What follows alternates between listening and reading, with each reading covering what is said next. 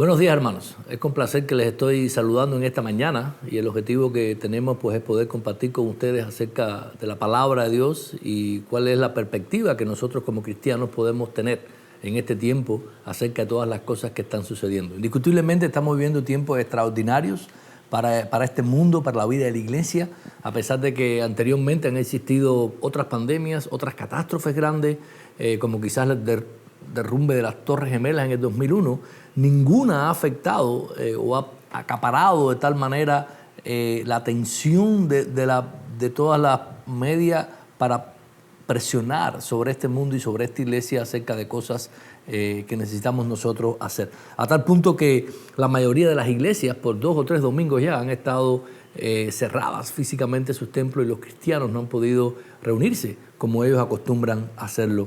Si bien las pandemias no son nada nuevo y el mundo se ha visto afectada por ellas varias veces a lo largo de su historia, y en el pasado las estadísticas muestran una mayor mortalidad que la que el COVID-19 está mostrando, esta en particular ha puesto a la humanidad en una posición sin precedentes.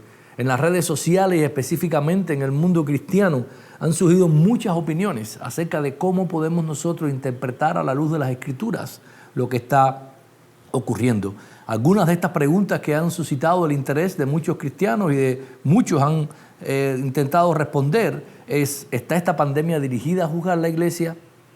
¿Está esta pandemia dirigida a juzgar el mundo alejado de Dios? ¿Es esta pandemia una de las plagas del Apocalipsis? Bueno, mi respuesta a estas 3 preguntas es sí. Y me propongo a través de esta exposición, breve exposición acerca del libro de Apocalipsis, explicar estas respuestas y meditar en las maneras prácticas en que nosotros como cristianos necesitamos actuar en los tiempos en los cuales nosotros estamos. El libro de Apocalipsis puede ser dividido de varias maneras, pero una de las maneras más sencillas, claras y útiles de dividir el libro de Apocalipsis es en 3 partes. Cada una de estas 3 partes comienza con una revelación de Jesucristo y después todo lo que sigue, pues entonces todos los capítulos que se conectan con esta revelación hablan acerca de cómo esta revelación de Jesucristo impacta ya sea a su pueblo, ya sea al mundo o ya sea al futuro en el cual nosotros vamos a vivir algún día. ¿Qué es el Apocalipsis? Bueno, en Apocalipsis 1:1 dice de esta manera: revelación de Jesús el Mesías, que Dios le dio para manifestar a sus siervos lo que debe suceder en breve, y lo declaró enviándola por medio de su ángel a su siervo Juan. Así que el Apocalipsis es una revelación, específicamente la revelación de Jesucristo, del Mesías de Dios, que lo dijo para manifestar a sus siervos lo que ha de suceder en breve, y él lo hizo a través del apóstol Juan. Esta es una carta escrita por Juan a las 7 iglesias que estaban en Asia. El versículo 4 del capítulo 1 nos habla de esto. Juan a las 7 iglesias que están en el Asia. Gracia y paz a vosotros, del que es, el que era y el que está viniendo, y de los 7 espíritus que están junto a su trono. Estas iglesias en este tiempo estaban enfrentando un reto grande de persecución. Estaban en el Imperio Romano, ya habían sido perseguidas anteriormente. Esta carta de Juan, el Apocalipsis se espera que se haya escrito al finales del primer siglo, quizás a principios del segundo siglo, pero alrededor del fin del primer siglo. Y esta carta estaba dirigida a personas reales que estaban sufriendo en aquel momento. Y es una carta enviada a ellos para darles ánimo y para que ellos pudieran vivir a la luz de los acontecimientos que ellos estaban viviendo, pero que pudiesen pasar a través de estos acontecimientos aferrados a la revelación de Jesucristo. El contexto histórico de esta carta es extremadamente importante, uno de los cuales ha sido muchas veces pasado por alto y nos ha llevado simplemente a ver el Apocalipsis como cuáles posiciones escatológicas podemos nosotros tener acerca del Apocalipsis. Hoy no voy a hablar de ninguna posición escatológica del Apocalipsis. Mi objetivo en hoy es ver cómo el Apocalipsis puede ser aplicado a nuestras vidas y a la iglesia en el día de hoy.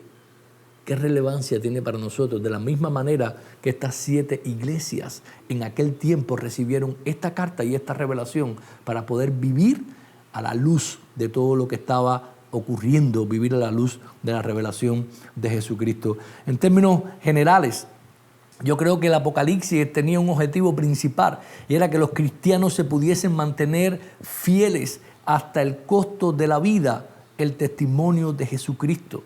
el cual, según esta carta, está en el trono de Dios gobernando a todo el mundo hasta la consumación del plan de Dios.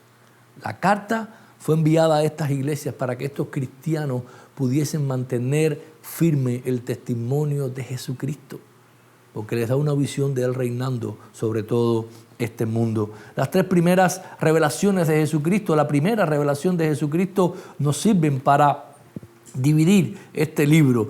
Y como decimos anteriormente, he titulado mi mensaje en esta mañana, La iglesia en tiempos del Apocalipsis. Cómo la iglesia debe de vivir en tiempos del Apocalipsis. Y la primera parte, he dividido el libro en tres partes fundamentales basado en las tres revelaciones que vemos de Jesucristo a lo largo de todo el libro. Y este primer punto, esta primera parte de la carta, nos habla acerca de que la iglesia en tiempos del Apocalipsis vive en constante autoexamen y arrepentimiento delante del Hijo del Hombre. En Apocalipsis capítulo 1, del versículo desde el 9 hasta el 20, tenemos la primera revelación de Jesucristo. Yo quiero leerles este pasaje de esta revelación, específicamente a partir del versículo 12. Dice el versículo 12 al 20 del capítulo 1, y me volví para ver la voz que hablaba conmigo, y vuelto vi 7 candelabros de oro. Y en medio de los 7 candelabros, a uno semejante al Hijo del Hombre, vestido de una túnica de telar, y ceñido a la altura del pecho con una faja de oro. Su cabeza y los cabellos eran blancos como la lana blanca, como la nieve, y sus ojos como llama de fuego. Sus pies eran semejantes a bronce bruñido, como un horno encendido, y su voz como el estruendo de muchas aguas. En su diestra tenía 7 estrellas, y en su boca salía una espada aguda de doble filo, y su semblante era cuando brilla el sol en su fuerza.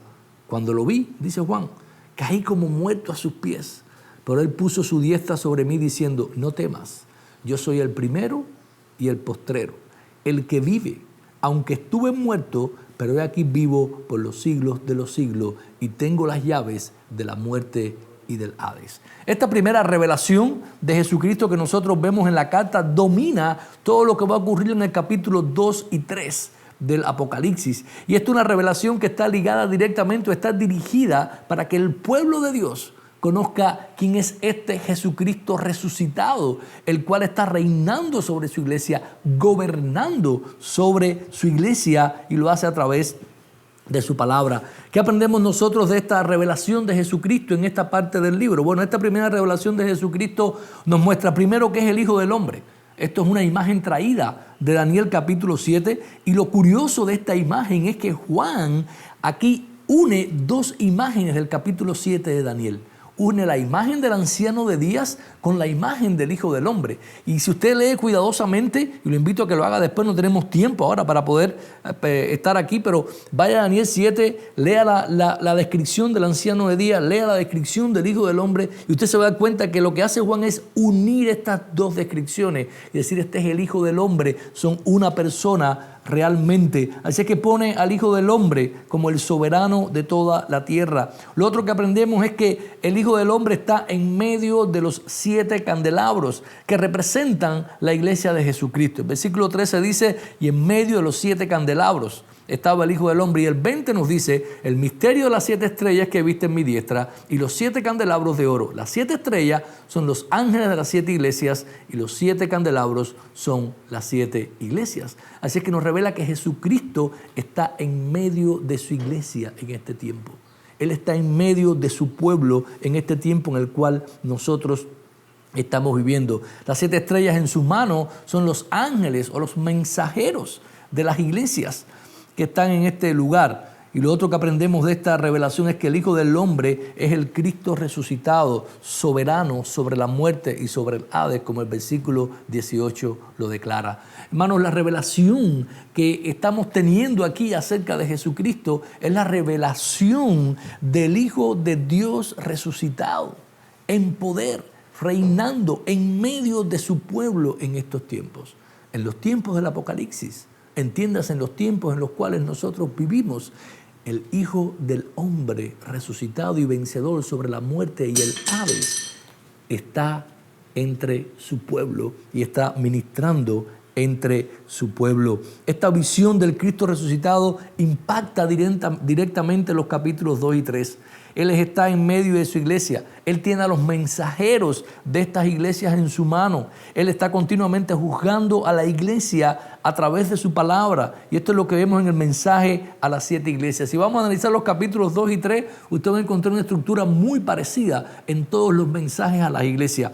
Primero hay una presentación del Hijo de Dios, y curiosamente, si usted lee cada presentación del Hijo de Dios a las 7 iglesias, está relacionado con esta revelación previa que vemos aquí en estos versículos, específicamente del 12 hasta el 18. Después hay un aliento, hay alguna falla, algo que ellos hayan cometido que no está bien, y finalmente una exhortación. En este aliento que Él le da a ellos aquí en esta presentación, cada carta usa una de las imágenes de este Cristo glorioso o resucitado. Hay un aliento. Cristo reconoce lo bueno que estas iglesias tienen y las alienta por esto. Hay falla. Le señala cuáles son las cosas en las cuales las iglesias están fallando, los errores que ellos están cometiendo. Finalmente hay una exhortación que incluye dos cosas. Primero, un llamado al arrepentimiento. Una y otra vez usted va a ver en las cartas que hay o un llamado al arrepentimiento o un llamado a retener lo bueno que ellos tienen para que no les sea quitado, junto a una promesa de vida. Todas las cartas tienen una promesa de vida eterna, ya sea relacionada con el árbol de vida, ya sea relacionada con morar eternamente con Cristo, ya sea relacionada con un nuevo nombre, pero todas están relacionadas de esta manera. ¿Qué implicaciones tiene esto para nosotros como iglesia? ¿Cómo nosotros podemos vivir en este tiempo como iglesias a la luz de este Cristo resucitado, que es el Hijo del Hombre y el anciano de día, que gobierna sobre su iglesia, que está en medio de su iglesia y que tiene a los mensajeros de las iglesias en sus manos, en el poder de su mano? Bueno, primero que como iglesia estamos viviendo en los tiempos en que el Apocalipsis está ejecutándose. Desde el advenimiento del Espíritu Santo o la ascensión de Jesucristo y hasta su segunda venida, necesitamos constantemente, mis hermanos, estar expuestos a la revelación de Jesucristo. Y la única manera de hacer eso es estar expuestos a la palabra de Dios, que es su revelación, porque Él es el Verbo de Dios. Lo otro es que Cristo mora en medio nuestro a través de su palabra. Él nos juzga con la espada que sale de su boca. Esta es una imagen que no solamente la vemos en este principio del libro, la vamos a ver a medida que el libro sigue caminando. Él nos juzga a cada uno de nosotros. Él está constantemente escudriñando a su iglesia a través de su palabra. Hermanos, cada vez que la palabra de Dios es expuesta en una iglesia y su palabra es fielmente predicada, Dios está examinando la iglesia, Dios está juzgando a la iglesia, porque esa es su revelación para cada uno de nosotros. En medio de los tiempos apocalípticos en los cuales nosotros vivimos, la iglesia vive expuesta y obediente a la revelación de Jesucristo y reaccionando a ella acorde como esté. Cristo nos está llamando también continuamente a arrepentirnos, a retener lo bueno que nosotros como iglesia hemos tenido. Si bien esta pandemia COVID-19 no es un ataque exclusivo hacia la iglesia, no es una persecución directa hacia los cristianos como hemos vivido en otras etapas de la historia o en otros momentos específicos, si es una pandemia que nos afecta a todos. Y es un excelente momento para que nosotros podamos autoexaminar, primeramente, nuestras vidas como cristianos. Segundo, examinar nuestras iglesias. ¿Qué estamos haciendo bien? ¿Qué estamos haciendo mal? ¿Cómo se conforma todo lo que nosotros como iglesia, cuáles tenemos en nuestra vida? ¿Cómo se conforma la palabra de Dios? ¿Cómo las prioridades que tenemos son las prioridades que la palabra de Dios tiene? ¿Nos hemos acomodado como iglesia? ¿Hemos dejado de cumplir nuestro propósito? ¿O estamos haciendo bien? ¿Cuáles son las cosas buenas que tenemos que necesitamos retener? ¿Cuáles son las cosas malas de las cuales necesitamos arrepentirnos? La iglesia en los tiempos del Apocalipsis tiene que mantenerse constantemente examinándose, porque las posibilidades de contaminarse con este mundo son inmensas. De hecho, no creo que ninguna iglesia nunca en la historia de los más de 2000 años en la iglesia no se haya contaminado de alguna manera con este mundo. Así es que el problema es que necesitamos mantenernos bajo esta revelación de Jesucristo para nosotros entender cómo podemos arrepentirnos y buscar de Dios, clamar por misericordia. Implica también que la lucha para vencer no es fácil. Tenemos que renunciar a este mundo, tenemos que renunciar a lo que el mundo nos ofrece. No podemos contaminarnos. Y eso es algo difícil de hacer. Pero el que venza, la vida eterna está asegurada para él. Esa es la promesa a las 7 iglesias del Apocalipsis. Para nosotros significa que tenemos también la promesa como iglesia y como cristianos en este tiempo. Hermanos, estos tiempos de pandemias o desastres naturales a grandes escalas son recurrentes a lo largo de toda la historia. Es un recordatorio de que la iglesia, de que Dios está gobernando la iglesia y de que Él imparte juicio sobre su pueblo continuamente. Las consecuencias de no ir su llamado al arrepentimiento es la desaparición como iglesia local. Una de las advertencias que le dice, tu candelabro va a ser removido. ¿Y saben qué?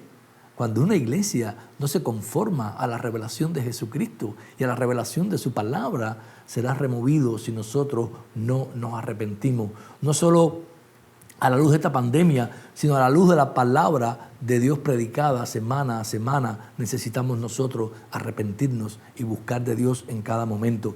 Para el año 300 después de Jesucristo, 2 siglos después de haber sido escrito el Apocalipsis, ninguna de las iglesias locales que están dirigidas en el capítulo 2 y capítulo 3 del Apocalipsis existía. Sus candelabros fueron removidos. Hermanos, Dios puede remover nuestros candelabros.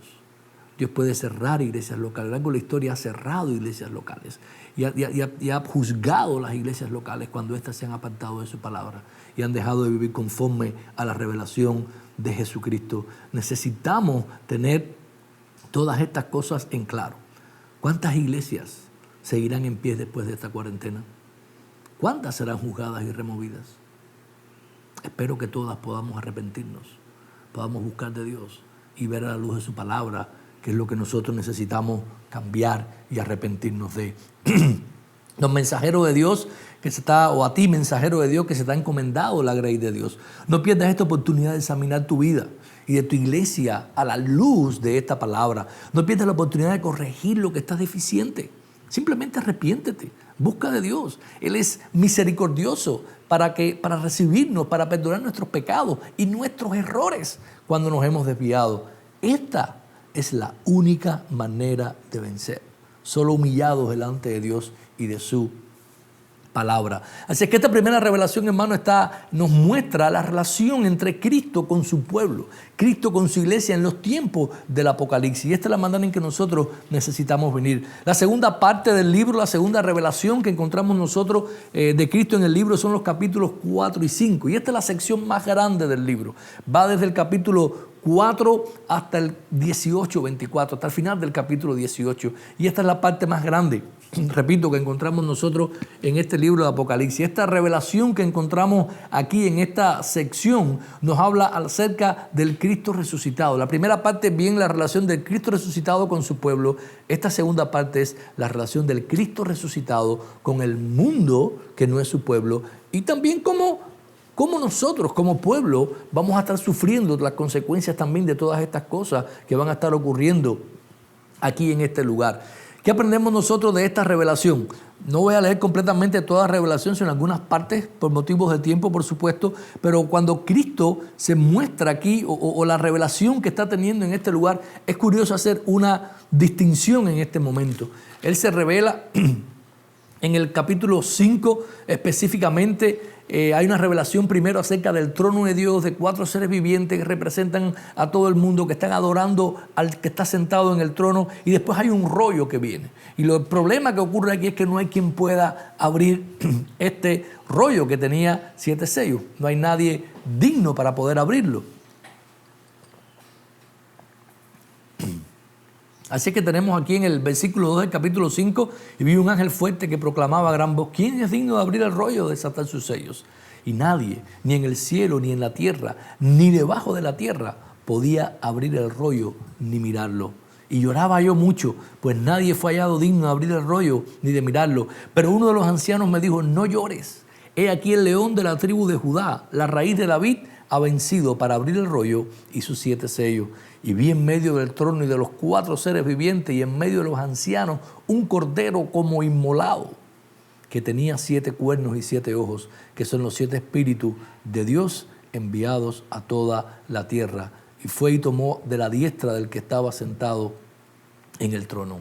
Hermano, la revelación, es curioso esta revelación que tiene Juan acerca de Jesucristo aquí. Primeramente, él oye, y lo que él oye es un ángel que le dice: he aquí el león de la tribu de Judá, la raíz de David. ¿Qué aprendemos nosotros de esta revelación de Jesucristo aquí en este pasaje? Bueno, es que Él está en el trono, que Él es el Señor Todopoderoso, Él es el que era, el que es y el que está viniendo. Es la misma manera en que Él se revela en la primera parte del libro del Apocalipsis. Él es el Santo, Santo, Santo, que Él es el único capaz de abrir el rollo y desatar los sellos que este rollo tiene. Y Él oye, Juan, que Él es el león de la tribu de Judá. O sea, Él es el Mesías prometido desde el Antiguo Testamento, el descendiente de David, el que Dios había dicho: de ti vendrá un rey, el cual será eterno y el cual gobernará eternamente y por siempre y doblegará a todos los enemigos. Este es el Mesías. Pero lo curioso, que lo que Juan ve no es un león. Lo que Juan ve en el versículo 6 dice: y vi en medio del trono y de los 4 seres vivientes y en medio de los ancianos un cordero en pie como inmolado. Él oye que es el león de la tribu de Judá, él oye que es el descendiente de David, pero él ve un cordero inmolado. La revelación de Cristo en este pasaje, en este capítulo 5, es la revelación de un león que es como un cordero. Es un león y es un cordero a la vez. Este recibe adoración de todo el mundo. Después del versículo, a partir del 8 hasta el final del capítulo 5, vemos que los 24 ancianos le adoran. Vemos que millares de ángeles le adoran. Y vemos que toda cosa creada adora a este león que a la vez es un cordero. Hermanos, Cristo es el Mesías prometido que ha vencido a través de su sacrificio. Él es digno de abrir el rollo y de desatar sus sellos. O sea, Él es digno de ejecutar juicio sobre este mundo. Porque Él murió, porque Él rescató personas y redimió personas de toda lengua, de toda tribu y de toda nación. Miren cómo el versículo 9 lo pone. Ellos cantan un cántico nuevo diciendo: digno eres de tomar el rollo y de abrir sus sellos, porque tú fuiste inmolado y con tu sangre redimiste para Dios de toda tribu, lengua y pueblo y nación. Y debido a que Él ha redimido de toda tribu, de todo pueblo, de toda lengua y de toda nación, Él es digno de juzgar a personas de todo pueblo, de toda lengua, de toda nación. Y eso es todo lo que ocurre a partir del capítulo 6 del Apocalipsis y hasta el 18. Juicio que viene continuamente sobre todo el mundo. Esto es precisamente lo que Él está intentando hacer. O sea, esta revelación de este Cristo digno de juzgar al mundo a la luz de su sacrificio es lo que vemos a partir de aquí. ¿Qué aprendemos de este rollo del Cordero? Bueno, antes de entrar en algunos detalles, notemos que lo descrito en estos pasajes es una serie de 7. Tenemos 3 series de 7 en ellos. Tenemos 7 sellos, 7 trompetas y 7 copas. Son repetitivas. Tenemos que notar también que al final de la séptima de cada una de ellas, de las series, da lugar a la otra. Y son eventos que son repetitivos a lo largo de la historia. Y no pareciera que son cronológicamente ocurriendo, sino son cosas que van a ocurrir y que van a pasar una y otra vez en la historia. Si vemos los 7 sellos, en el capítulo 6 hay una guerra, ¿verdad? Cuando se abren estos sellos, vemos guerra, vemos conquista, vemos hambre, vemos muerte. Y se desatan todas estas cosas sobre este mundo. Y lo curioso es que todo lo que ocurre es algo que va a estar ocurriendo de una manera parcial. Siempre parcialmente son estos juicios que vamos a estar viendo. Todavía no estamos viendo un juicio final. Cuando llegamos al final del capítulo 6, entonces hay un interludio. Y cuando todas estas trompetas están aquí, hay una referencia aquí al final del capítulo 7 al día del Señor. Y miren el versículo 17 del capítulo 6, como dice: porque ha venido el gran día de la ira de ellos. ¿Quién podrá mantenerse en pie? Y cuando termina esta trompeta, sexta trompeta, entonces hay una pausa. Y lo que capítulo 7 nos va a estar diciendo es que hay algunos que pueden mantenerse en pie. ¿Quiénes pueden mantenerse en pie? cuando Dios está juzgando este mundo y estas plagas? Bueno, la respuesta está en el capítulo 7. Aquellos que han sido sellados por Dios. Y es curioso ver la manera en que esto es narrado para nosotros aquí. Dice el capítulo 7, después de esto vi 4 ángeles en pie sobre los 4 ángulos de la tierra, deteniendo los 4 vientos de la tierra para que no soplara viento sobre la tierra, ni sobre el mar, ni sobre ningún árbol. Y tan otro ángel subiendo del nacimiento del sol, que tenía un sello del Dios vivo, y clamó a gran voz a los 4 ángeles, a quienes les había sido concedido dañar la tierra y el mar, diciendo: no dañéis la tierra ni el mar, ni los árboles, hasta que sellemos en la frente a los siervos de nuestro Dios. Los versículos del 7, del 4 hasta el 8, nos muestran entonces los 144,000 sellados, 12,000 de cada tribu. Esto es una referencia a Números capítulo 1, al censo militar que se le hizo al pueblo en Números capítulo 1, donde ellos fueron censados militarmente para ver cuántos estaban listos para la batalla. Este es el ejército de Dios. Este es el ejército que puede soportar todas estas plagas, todas estas destrucciones que están viniendo sobre el mundo, y mantenerse en pie y vencer sobre ellos. Pero lo curioso es que, fíjense cómo el versículo 4, cuando él va a hablar, dice: y oí el número de los sellados. Juan oye cuál es el número de los sellados. Algo parecido a lo que ocurre en la revelación de Cristo en el capítulo 5. Pero cuando él se vuelve para ver a estos sellados, versículo 9, dice: después de esto miré, y aquí una gran multitud, la cual nadie podía contar, de toda nación y tribu y pueblos y lengua, que estaban delante del trono del Cordero. Es algo parecido. Él está oyendo que son 144,000, y él está viendo simplemente gente de toda tribu, de toda lengua y de toda nación. Hermanos, los que pueden soportar todas estas plagas y vivir en el tiempo de las plagas son los redimidos de Dios. Son los que Él ha redimido por su sangre. Son los que Él ha salvado. Son los que tienen el sello de Dios. Son aquellos que hemos sido sellados con el Espíritu Santo. Eso es lo que este capítulo, este interludio del capítulo 7 nos está enseñando. Así es que la iglesia, por más de 2,000 años, hemos estado viviendo y hemos estado venciendo en este mundo, porque nosotros somos los sellados y el ejército de Jesucristo. Y por eso lo hemos estado haciendo. Y en medio de todo lo que está ocurriendo en este mundo, nosotros podemos vivir y podemos mantenernos firmes en todo lo que está ocurriendo. Después de que esto ocurre, a partir del capítulo 8, empiezan entonces las trompetas que llegan hasta el capítulo 15. Tenemos todas estas trompetas que está aquí. Una vez más, capítulo 8 muestra un juicio parcial sobre los hombres, sobre la tierra, sobre todo lo que está ocurriendo en este mundo. Algo curioso a notar en esto es que cuando llegamos al final del capítulo 9, versículos 20 y 21, miren lo que ocurre después que todos estos juicios están viniendo sobre la tierra: el hambre, la muerte, la destrucción, todo tipo de juicios. Dice: y el resto de los hombres, los que no fueron muertos por estas plagas, tampoco se arrepintieron de sus obras, de sus manos, para dejar de adorar a los demonios y a los ídolos, y oro y plata y de bronce y piedra de madera, los cuales no pueden ver ni oír ni andar. A pesar de todas las plagas, a pesar de todo lo que está viniendo sobre el mundo, hermanos, a pesar de acerca de todas las plagas y todas las cosas que ha venido desde que el mundo es mundo, y específicamente desde que la iglesia está en esta tierra, el mundo no se ha arrepentido. Siguen en sus idolatrías, siguen volviendo a sus caminos y siguen haciendo las cosas que hay en ellos. 21, tampoco se arrepintieron de sus homicidios, ni de sus hechicerías, ni de su fornicación, ni de sus hurtos.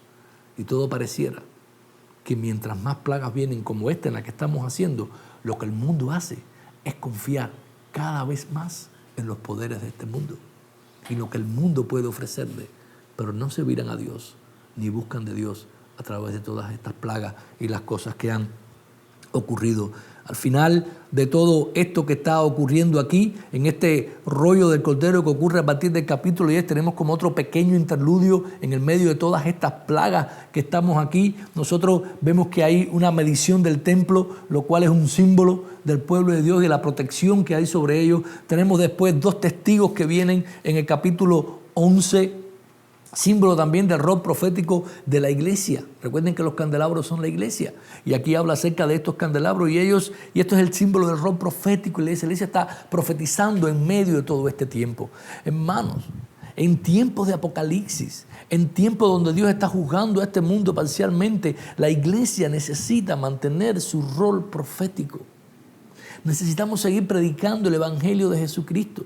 Específicamente necesitamos predicar de que se arrepientan de sus pecados y se vuelvan a Dios. ¿Qué es lo que no está ocurriendo precisamente aquí en este pasaje debido a todas estas plagas que están viniendo sobre ellos? Estos testigos son asesinados por la bestia, una imagen de Daniel 7 también, pero al final ellos son vindicados, ellos resucitan. Este rollo pues simboliza entonces la misión de la iglesia de imitar el amor sacrificial del Cordero.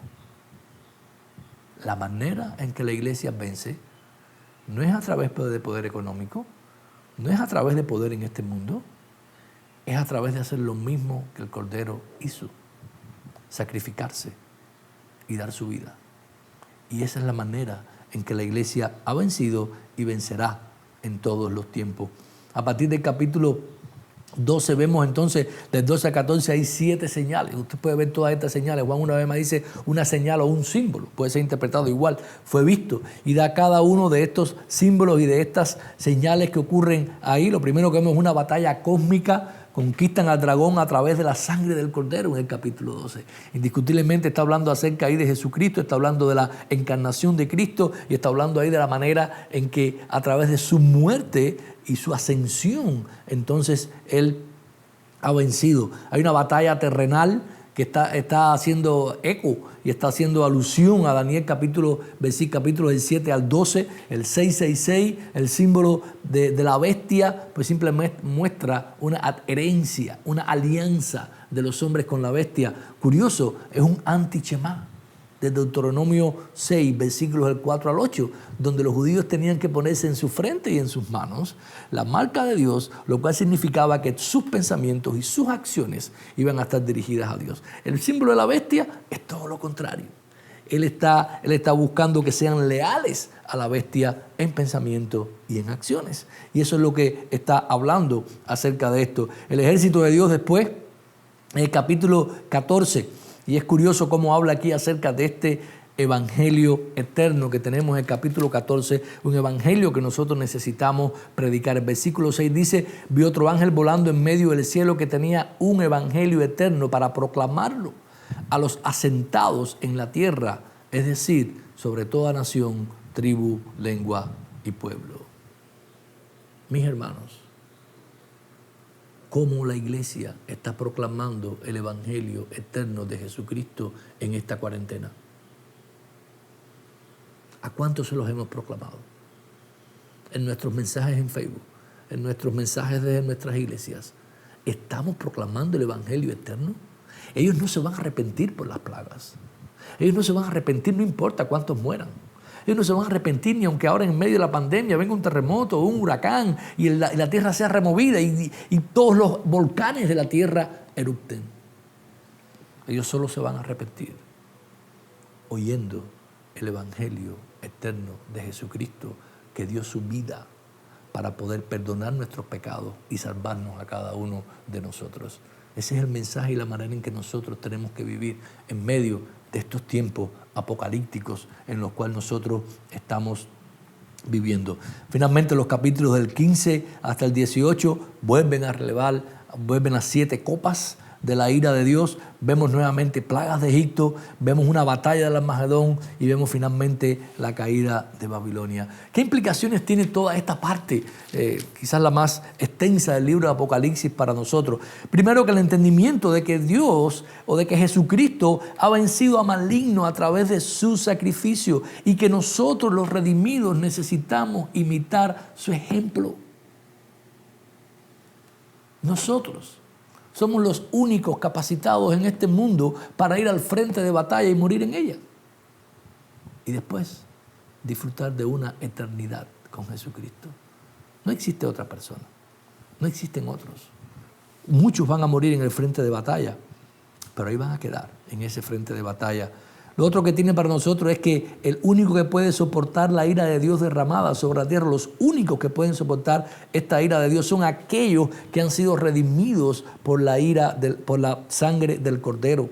Iglesia, tú puedes soportar todo y necesitas ser fiel hasta el punto de morir por el testimonio del Cordero. Estos tiempos son tiempos de mostrar fidelidad a Dios. Son tiempos de mantenernos firmes en el Evangelio que nos ha salvado y nos ha redimido.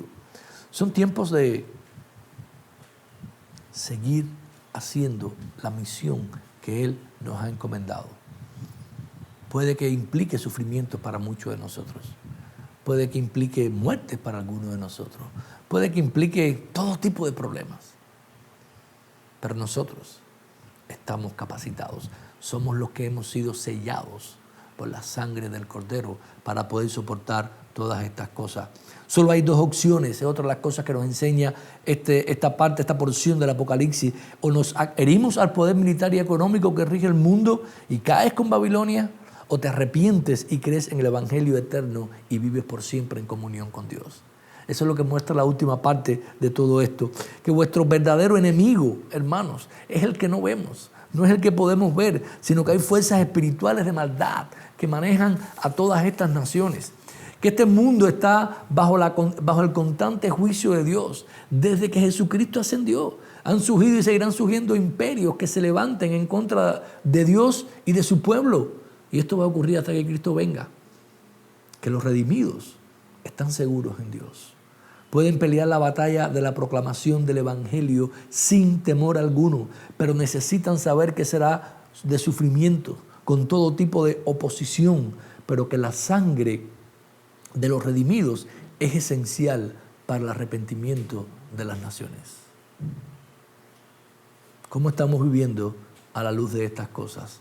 Los redimidos del Cordero ganan de la misma manera que el Cordero ganó. La iglesia vence de la misma manera que su Señor venció, en sacrificio y quizás hasta en muerte. Que aunque muramos en el frente de batalla, y ya hay miles de muertos en los últimos 2000 años, y miles morirán en los presentes y en el porvenir, su destino está seguro. Los redimidos resucitarán en el día postrero y reinarán eternamente con Jesucristo. Las naciones no se arrepienten, hermanos, con el juicio de Dios sobre ellos, por severo que éste pueda ser, pero sí por la misericordia y el amor que Dios ha mostrado. Finalmente, la última sección de la carta, que empieza a partir del capítulo 19. Vemos en esta que la iglesia en tiempos del Apocalipsis anhela la consumación del plan eterno de Dios. Eso es lo que tenemos que anhelar en estos tiempos nosotros. A partir del capítulo 19 empieza a hablar acerca de lo que viene. Si bien las dos primeras revelaciones están relacionadas con nosotros ahora en este tiempo, cómo Dios está gobernando y lidiando con la iglesia y con el resto del mundo, incluso con la creación, la segunda muestra la manera en que el Cristo resucitado se relaciona. La tercera muestra la manera en que el Cristo resucitado se relaciona con lo que va a venir. ¿Qué nos espera en el futuro? ¿Por qué nosotros podemos sacrificarnos en el campo de batalla? ¿Por qué la iglesia puede morir en este campo de batalla? Bueno, porque la última revelación nos va a hablar acerca de lo que viene para nosotros. Capítulo 19, versículos del 11 al 16 dicen de la siguiente manera: y vi un gran trono blanco y el que estaba sentado en él, ante cuyo rostro huyeron el cielo y la tierra, y no fue hallado lugar para ellos. Y vi a los muertos grandes y pequeños en pie. Es el 19. Y vi el cielo abierto, y aquí un caballo blanco, y el que lo montaba es el fiel y verdadero, y con justicia juzga la tierra. Sus ojos son llamas de fuego y hay muchas diademas sobre sus cabezas, donde tienen nombres escritos, el cual nadie conoce sino él mismo. Está vestido de ropas empapadas en sangre y su nombre es el Verbo de Dios. Los ejércitos celestiales vestidos de lino fino, blanco y limpio, lo seguían en caballos blancos. De su boca sale una espada aguda para herir con ella a todas las naciones y las pastoreará con vara de hierro. Él pisará el lagar del vino del furor de la ira de Dios Todopoderoso. Y en la vestidura y en su muslo tiene un nombre escrito: Rey de Reyes y Señor de Señores. ¿Qué aprendemos nosotros de esta revelación, última revelación de Jesucristo aquí en el libro del Apocalipsis? Primero, que Él es un jinete justo, el cual está inmerso en una guerra que es también justa, que sus tropas sus ropas están empañadas o empapadas en sangre. Muchos pudiesen pensar que es la sangre de su sacrificio, pero no. En este punto, la sangre que está empapada en su ropa es la sangre de sus enemigos al Él vencerlos. Es una referencia a Isaías 63, versículo 3. Que su nombre es el Verbo de Dios, como Juan lo expresa. Le sigue un ejército vestido de ropas blancas. Ya hemos visto esta imagen, es el pueblo redimido que está con Él, que con su espada rige a las naciones, con su palabra. Él está trayendo justicia, está gobernando y rigiendo a todo este mundo, y que Él es el Rey de Reyes y Señor de Señores. La imagen de esta última imagen, esta última revelación de Jesucristo en el Apocalipsis, es esta imagen de Jesucristo como el Rey de Reyes y Señor de Señores, que tiene dominio completo sobre sus enemigos y que tiene el poder para con su palabra destruirlos tremendamente. ¿Qué implicaciones tiene esta revelación de Jesucristo para nosotros? Bueno, primero, que Él regresará y vencerá definitivamente a la iglesia, a la bestia y a sus seguidores con la espada de su boca. Hermanos, el día viene cuando Cristo va a regresar. El día viene cuando Él viene por su pueblo. Y significa también que el día viene cuando todos sus enemigos van a ser juzgados. Que la bestia será puesta en cuarentena eternamente. ¿Ven que estamos en cuarentena ahora? La bestia va a ser puesta en cuarentena eternamente. Nunca podrá salir del lugar que Dios le tiene reservado. Que Dios juzgará a los vivos y a los muertos en su venida y les pagará conforme a sus obras. Los malvados, cuarentena eterna. Los redimidos, unión eterna con Jesucristo. Que Él establecerá cielos nuevos y tierra nueva. Los capítulos 21 al 22 nos hablan acerca de la consumación y la restauración de todo lo que Dios había creado en un principio en el Génesis. Es incontable todos los paralelos que podemos encontrar entre estos últimos dos capítulos del Apocalipsis y el Génesis, ¿verdad? Habla de una nueva creación, 21 del 1 al 8, habla de este tiempo, de ese lugar como una ciudad santa, la Santa Jerusalén, donde todos los redimidos morarán. Hay espacio para todos y cada uno de nosotros, estarán completamente protegidos, nadie los puede dañar, no va a entrar nada que pueda dañarlo, pero sus puertas están abiertas para gente de todo pueblo, de toda tribu, de toda lengua y de toda nación. Es también como un templo perfecto, donde todos estaremos adorando, donde el templo es Dios. No nos hace falta más nada porque moraremos plenamente en la presencia de Dios, como ocurría en el jardín del Edén. Es también capítulo 22 del 1 al 5, como volver al Edén. Es un jardín, el jardín que perdimos por causa del pecado, el cual restauraremos. Todas las promesas que vimos en las 7 iglesias de vida eterna y de morar con Él en el árbol, aquí en esta última parte del Apocalipsis se ven cómo vamos a disfrutar eternamente de todo esto. Hermanos, ¿qué implicaciones tiene todo esto para nosotros como iglesia? ¿Cómo nosotros vivimos a la luz de esta revelación de Jesucristo hoy en día? Primero, tenemos que predicarnos una y otra vez que nuestro futuro está seguro. Jesucristo es el Rey de Reyes y Señor de Señores. Él nos ha redimido. Somos parte de su ejército con ropas blancas a través del sacrificio de su sangre. Y la victoria está asegurada. No temamos ninguna de las cosas que vemos en nuestro mundo. No temamos a pandemias. No temamos a desastres naturales. No temamos a persecuciones ni cosas que puedan venir en nuestra contra. Porque Jesucristo es el Rey de Reyes y Señor de Señores. Y mientras más suframos en este mundo, más su nombre es levantado y su gloria es recibida. Segundo, que los enemigos de Cristo van a ser finalmente derrotados por el poder de su palabra. Hermanos, los enemigos, ya Cristo los derrotó en la cruz y se va a consumar en un día completamente. Y están completamente derrotados. Nosotros no tenemos que preocuparnos. Su fortaleza es terrenal, temporal, porque la eterna es de Jesucristo, que en la consumación del plan de Dios, cosa que anhelamos o que debemos anhelar fervientemente, moraremos eternamente con Dios y estaremos finalmente ejecutando la voluntad de Dios como criaturas hechas a su imagen, cosa que el pecado no nos ha permitido hacer desde la caída. Estaremos en el jardín del Edén siendo siervos de Dios eternamente. Hermano, ¿a qué temes? En estos tiempos de pandemia, ¿cuánto temes por tu vida? Si bien es bueno que nos cuidemos y seamos sabios y prudentes, los cristianos vivimos en esperanza. Mientras el apocalipsis está siendo desatado en la tierra y lo ha estado siendo por más de 2000 años, nosotros nos mantenemos fieles. Miramos al futuro, descansamos en la revelación de Jesucristo, el jinete justo que juzgará a todos justamente. Y al final vindicará a los redimidos y ajustará cuentas con aquellos que no han rendido a su nombre. La otra implicación es que nosotros en tiempo del apocalipsis, iglesia, debemos desear el regreso de nuestro Señor. Si no lo anhelamos tanto, es porque quizás estemos un poco comprometidos con el poder militar y económico que la Babilonia de este tiempo nos está ofreciendo. Concluyo. Si nosotros quisiéramos poner los libros del Antiguo Testamento en una secuencia histórica para ver cómo funcionaría y cómo hemos estado viviendo, quedaría de esta manera. Pusiéramos los evangelios que narran desde la encarnación de Jesucristo hasta su ascensión, y después al lado tendría que ir el libro de Apocalipsis, que narra desde su ascensión hasta su segunda venida.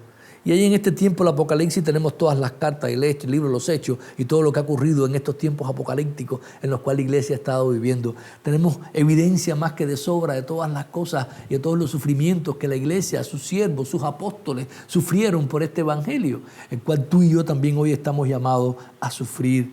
Hermanos, estamos viviendo en estos tiempos. La iglesia de Jesucristo nació en tiempos del Apocalipsis. Y la iglesia de Jesucristo ha estado viviendo desde entonces en tiempos apocalípticos. Y la iglesia de Jesucristo va a cesar de vivir en tiempos apocalípticos solamente cuando Jesucristo regrese por ella. Y moremos eternamente en paz y en su presencia con nosotros.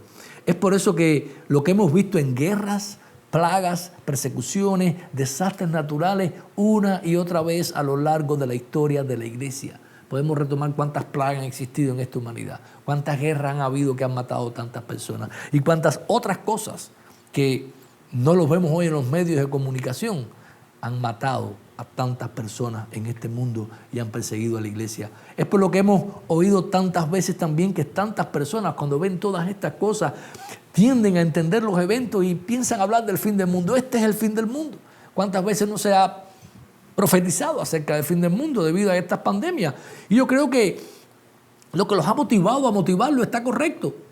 Luce que estamos en tiempos apocalípticos porque estamos en tiempos apocalípticos.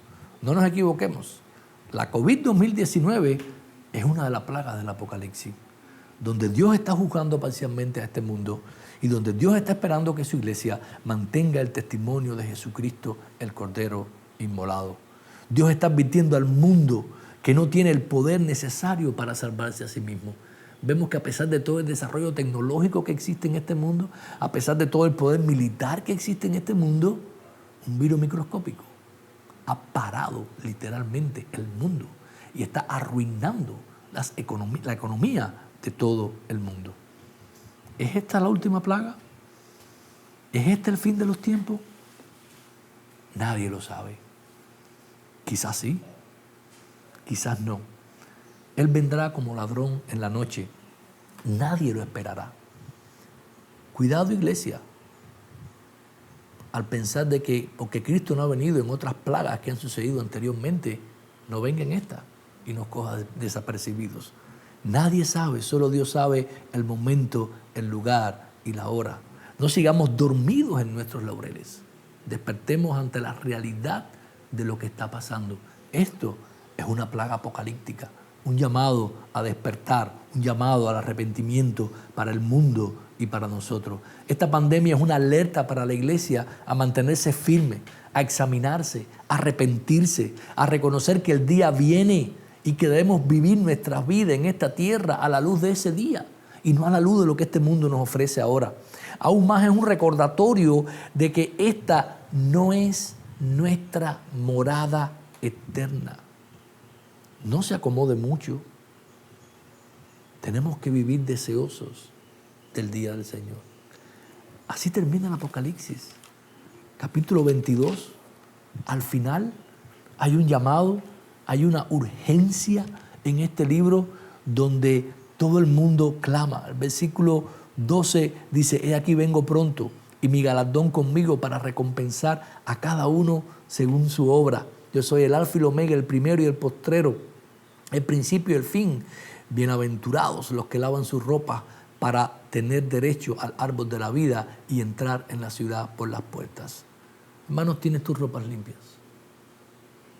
Has lavado tus ropas en la sangre del Cordero, porque esa es la única manera que tú podrás entrar ahí. Y a partir del versículo 17, miren el anhelo, miren el germir al cual debe de llevarnos a nosotros la revelación de Dios en este libro. Y el Espíritu y la esposa dicen: ven. Y el que oye diga: ven. Y el que tenga sed, venga. Y el que quiera tomar gratuitamente del agua de la vida. Versículo 20 termina diciendo: el que da testimonio de estas cosas dice: sí, vengo pronto. Amén. Sí, Señor Jesús. ¿Anhelas? ¿Has pedido a Dios en este tiempo de pandemia que venga? ¿Estás gimiendo? Si estos tiempos no te llevan a reflexionar y a decir en tu vida: ven, Señor Jesús, ven y rescátanos, ven y terminemos esta guerra, es porque quizás estamos un poco cómodos y acomodados a lo que este mundo nos está ofreciendo. ¿Le has dicho esto al Señor? Hermanos, en estos tiempos de pandemia, la iglesia ora, la iglesia sirve, la iglesia anhela fervientemente el regreso de su Señor. ¿Estás listo para Él?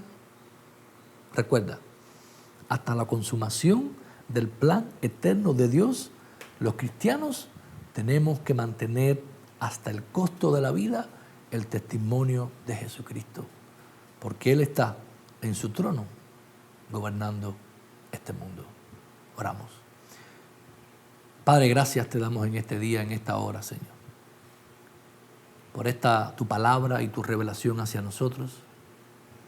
Te pedimos y te suplicamos que tú nos ayudes en este tiempo, Señor, tiempos raros, tiempos apocalípticos, que tú nos ayudes a mantener firme y fiel el testimonio del Cordero inmolado. Danos sabiduría, danos fuerzas para seguir predicando el Evangelio eterno y también para hacer los sacrificios que tengamos que hacer a la luz de ese Evangelio. Bendice a tu iglesia, reprende a tu iglesia en este tiempo, Señor, y haz que podremos mostrar amor sacrificial por este mundo para que ellos puedan llegar a conocerte y rendirse a tus pies.